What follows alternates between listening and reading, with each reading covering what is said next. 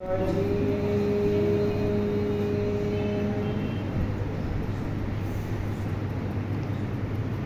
الله الرحمن الرحيم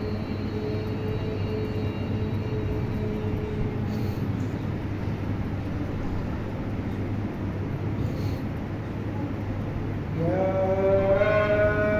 أيتها النفس المطمئنة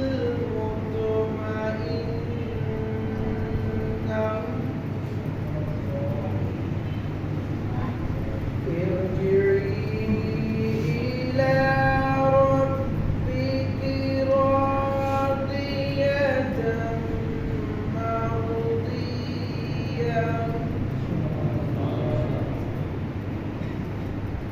فادخلي في عبادي وادخلي جنتي صدق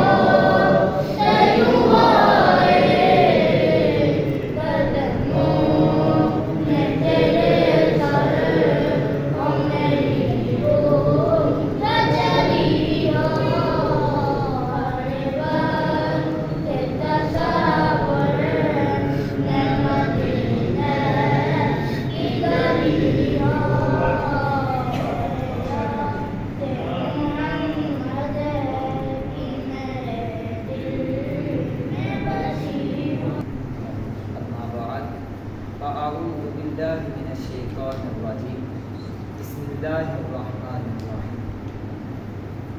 آج کی یہ بڑی مختصر سی اور بڑی خوبصورت روحانی محفل جو کہ آپ تمام احباب کی محبت اور کوشش سے ایک مرتبہ پھر سجائی گئی ہے۔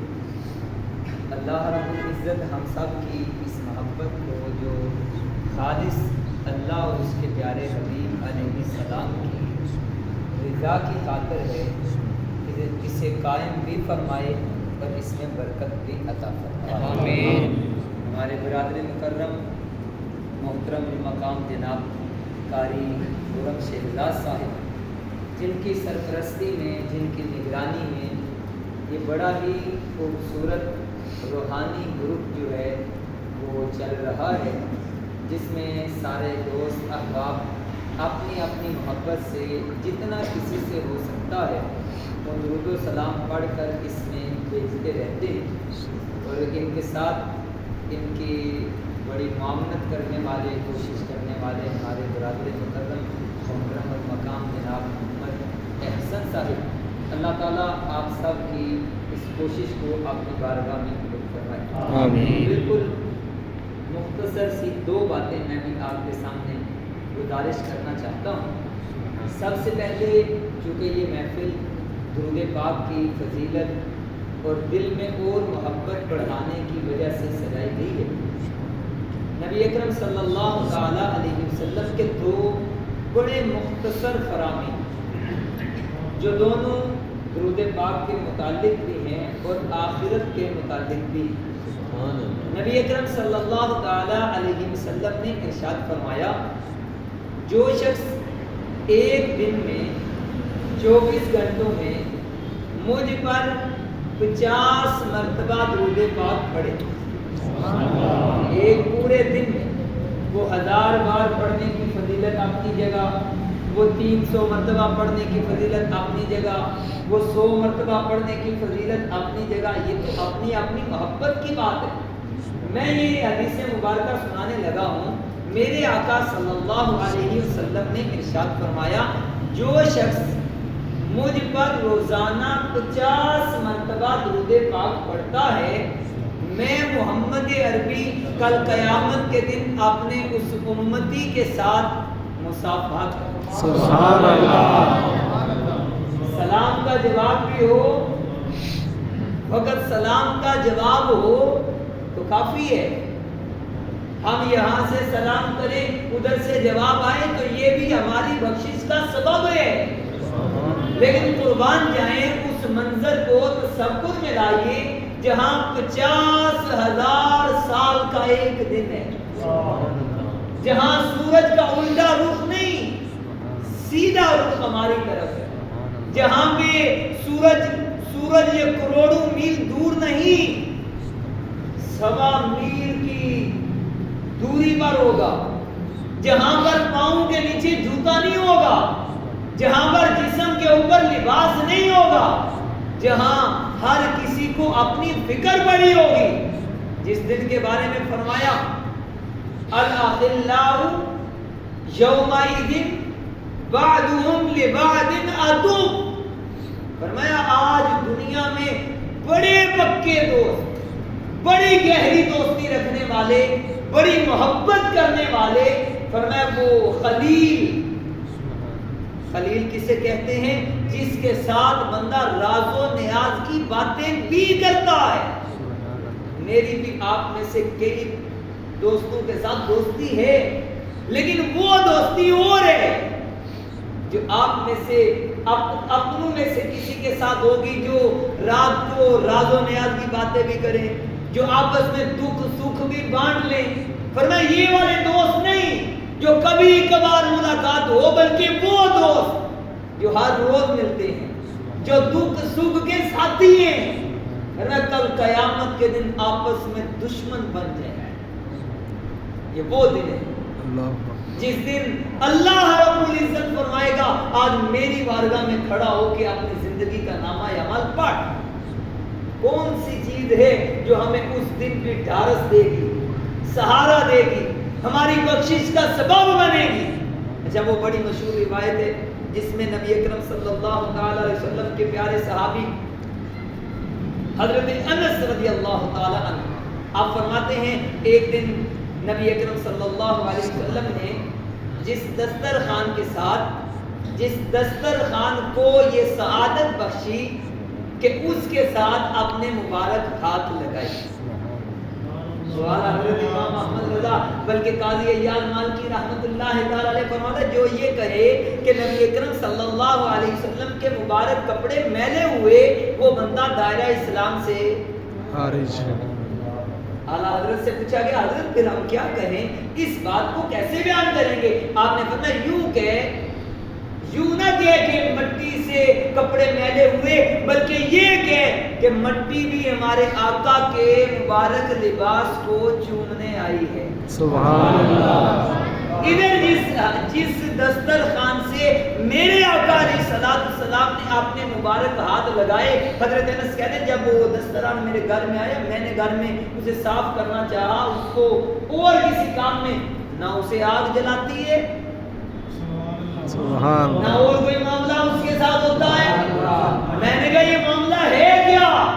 پھر بعد میں سمجھ آئی کہ اسے دنیا کی آگ کیسے جلائے جس کے ساتھ ہمارے آقا کے مبارک ہاتھ لگے ہو، کیسے جلا سکتے؟ اندازہ لگائیے کل قیامت کا دن ہو، ہر کسی کو اپنی پرواہ ہو، میرے آقا فرمائے 50 مرتبہ روزانہ درود و سلام پڑھ، میں محمد عربی تیرے ساتھ مصافحہ کروں۔ سبحان اللہ۔ دوسری بات یہ، بندہ کہتا ہے کہ ہم وہ کہاں ہوں گے، نفسا نفسی کا عالم ہوگا، ہم کہاں وہ کہاں، کیسے ان کی زیارت، کیسے ان کی ملاقات؟ تو دوسرا فرمان یہ ہے، میرے آقا صلی اللہ علیہ وسلم نے فرمایا جو دنیا میں مجھ پر زیادہ سے زیادہ درود و سلام پڑھا کرے گا، کل قیامت کے دن اتنا ہی میرے قریب۔ سبحان اللہ۔ اس لیے یہ جو آپ کا مبارک حلقہ بنا ہے، آپ کی مبارک یہ دوستوں کی ایک پوری ٹیم بنی ہے جس میں دوست احباب سارے مل کے درود و سلام پڑھتے ہیں،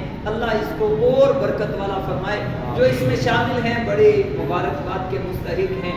چلیں ایک بہانہ ہوتا ہے، تھوڑی سی پوچھ گچھ ہوتی ہے، کوئی تھوڑا سا آر ہوتا ہے، تھوڑی سی توجہ دلائی جاتی ہے تو بندہ پھر سے آ جاتا ہے، ورنہ آج کل جیسے ہماری مصروفیات ہیں، معاملات ہیں، ادھر ادھر کی دوڑ ہے، کہاں یہ چیزیں یاد رہتی ہیں۔ یہاں تو حال یہ ہو چکا ہے نماز کی پابندی بھی نہ رہی، جو فرض ہے وہ بھی گئی، تو درود و سلام تو پھر فرض نہیں ہے۔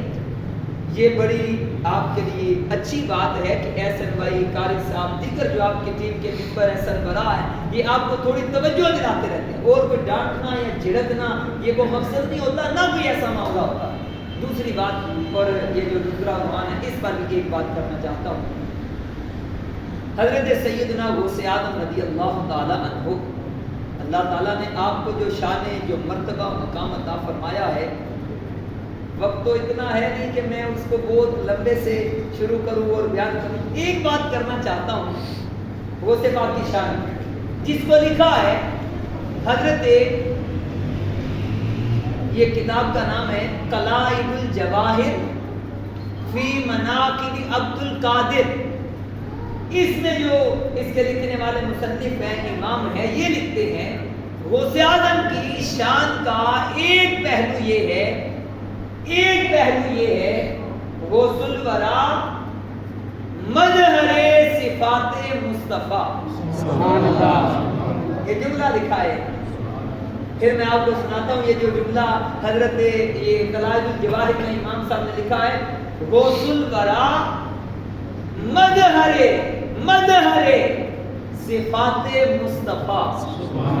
اچھا آپ کہیں گے کہ یہ اس میں کیا بیان ہو رہا ہے، اس کو تھوڑا میں آسان کرتا ہوں۔ خود غوث اعظم فرماتے ہیں ہر ولی کسی نہ کسی نبی کے نقش قدم پر ہوتا ہے، ہر ولی کسی نبی کے نقش قدم میں ہوتا ہے۔ فرمایا میں عبد القادر اپنے نانا محمد مصطفیٰ کے نقش قدم، غوث الورا مظہر صفات مصطفیٰ۔ اچھا اس بات کو ایک اور موقع پہ میں بس بیان کرنا چاہتا ہوں۔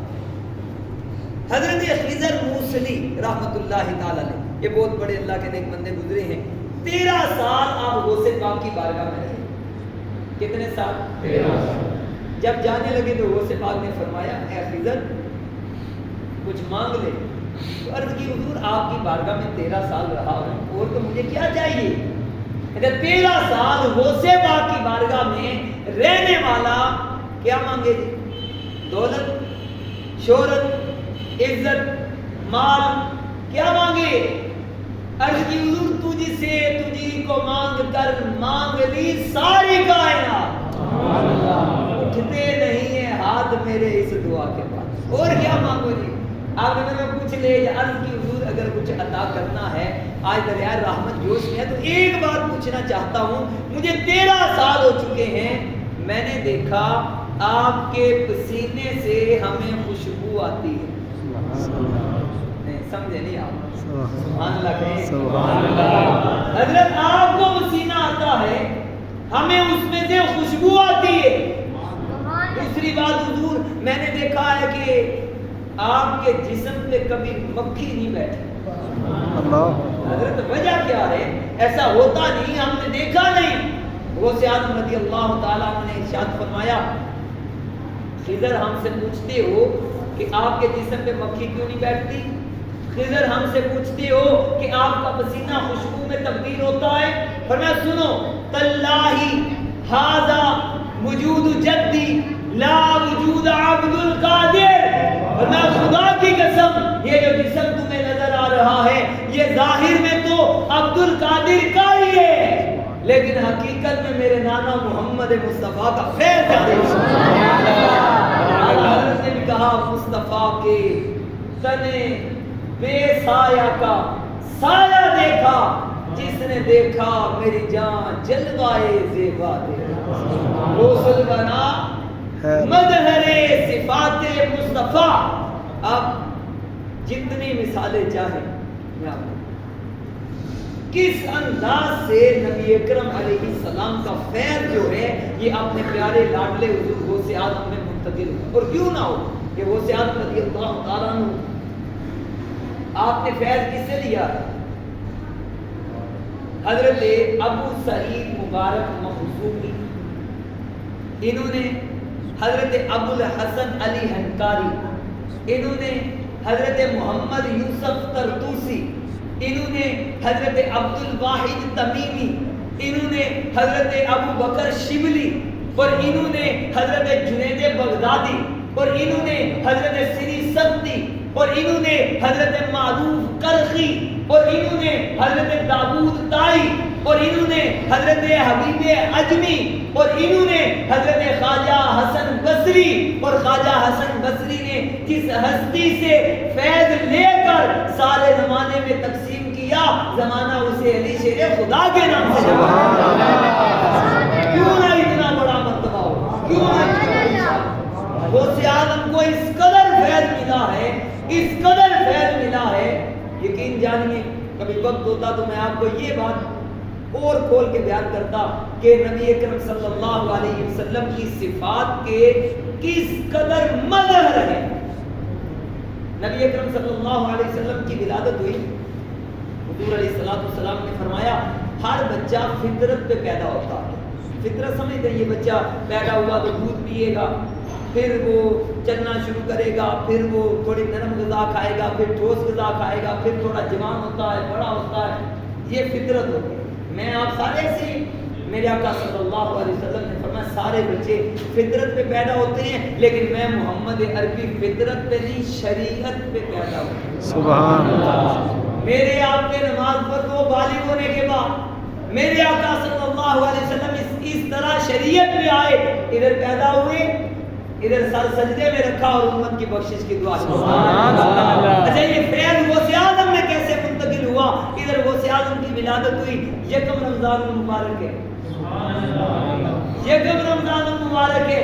حضرت عبد القادر جیلانی نے صبح دودھ پیا، سارا دن دودھ نہیں پیا، شام کو دودھ پیا، دوسرا دن گزر گیا، چھٹا دن گزر گیا، 10 دن گزر گئے، 20 دن گزر گئے. آپ کا معمول یہ چھوٹا بچہ ہے، آپ بھی جانتے ہیں اولاد والے ہیں، ہم اولاد والے ہیں، بچوں کا معمول کیا ہوتا ہے. ادھر عبد القادر جیلانی صبح دودھ پیا اور شام کو دودھ پیا. بلا چلے بندے کہنے لگے جی وہ سید زادو کے گھر میں بچہ پیدا ہوا ہے، اس کی تو بڑی روٹین ہے، وہ تو روزے رکھ رہا ہے، وہ روزے رکھ رہا ہے. بالآخر ہوا کیا؟ عید کا جو چاند تھا شک میں پڑ گیا.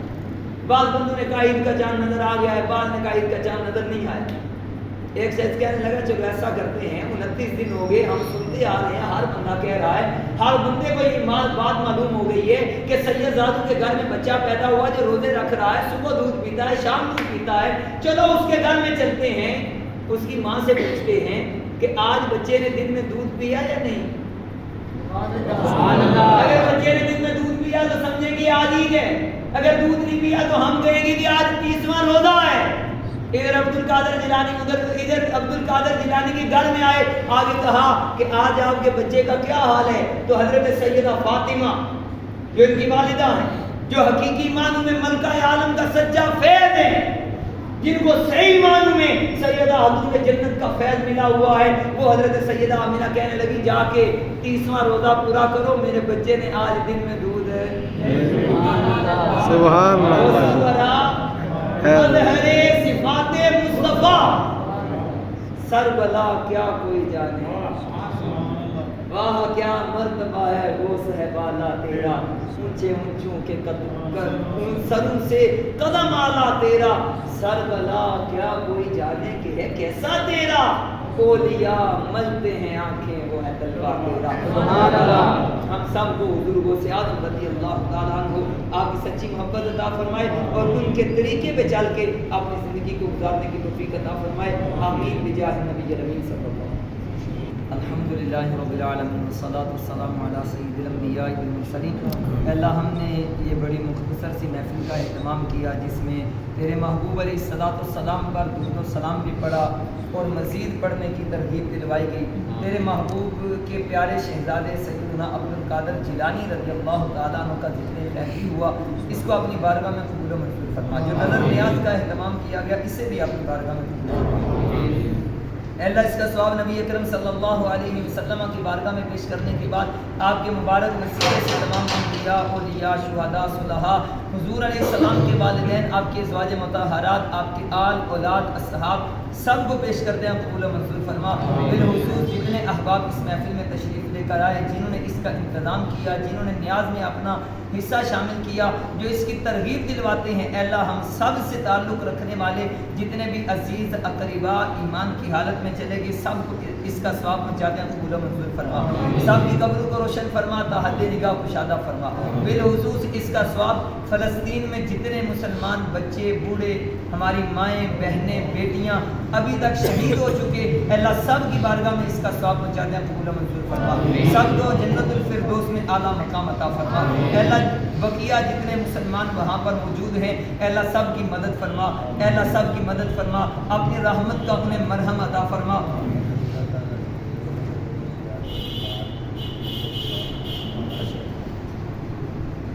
اے اللہ فلسطین کے مسلمانوں کو جیسے تو نے جذبہ جہاد عطا فرمایا ہے، اے اللہ ہم سب کو بھی ایسا جذبہ جہاد عطا فرما، جوش ایمانی عطا فرما، نبی اکرم صلی اللہ علیہ وسلم کی سچی محبت عطا فرما، تیری محبت میں، تیرے محبوب کی محبت میں اسلام کی خاطر اپنا سارا کچھ قربان کرنے کی توفیق عطا فرما۔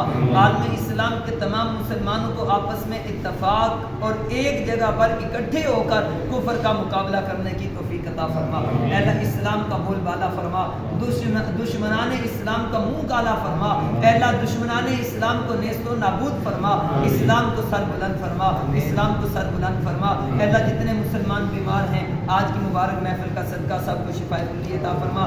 بالخصوص جن بزرگوں کے لیے دعا کے لیے کہا گیا محمد اشرف صاحب، اے اللہ ان کو صحت کاملہ عطا فرما، صحت کاملہ عاجلہ عطا فرما، صحت و تندرستی والی خیر و برکت والی لمبی زندگی عطا فرما۔ اے اللہ جتنے مسلمان ہمارے دوست احباب بیرون ممالک میں روزگار کی وجہ سے پریشان ہیں، کاغذات کی وجہ سے پریشان ہیں، سب کے معاملات میں آسانی فرما۔ اے اللہ ہم سب کو رزق حلال کمانے کھانے اور اسی پر صبر و شکر عطا فرما، ہمیں نیک حکمران عطا فرما۔ اے اللہ ہمیں نیک حکمران عطا فرما جو اس ملک میں تیرے محبوب علیہ السلام کی شریعت کو بھی نافذ کر سکے اور یہاں پر غریبوں مسکینوں کے لیے آسانیاں بھی پیدا کر سکے۔ اے اللہ تمام مسلمانوں کی خیر فرما، تمام مسلمانوں کی خیر فرما، ہمارے قاری خرم صاحب، ہمارے احسن بھائی اور دیگر ان کی ساری ٹیم کی خیر فرما، سب پر اپنا خاص فضل کرم فرما۔ جتنے احباب آئے ہیں دعا کے لیے ہاتھ اٹھائے ہیں، جو ابھی بھی معاملات میں جو نیاز کے لیے ابھی بھی کوشش کر رہے ہیں، اے اللہ سب کی جان مال اولاد عزت آبرو میں برکتیں عطا فرما۔ صلی اللہ تعالی علی حبیبہ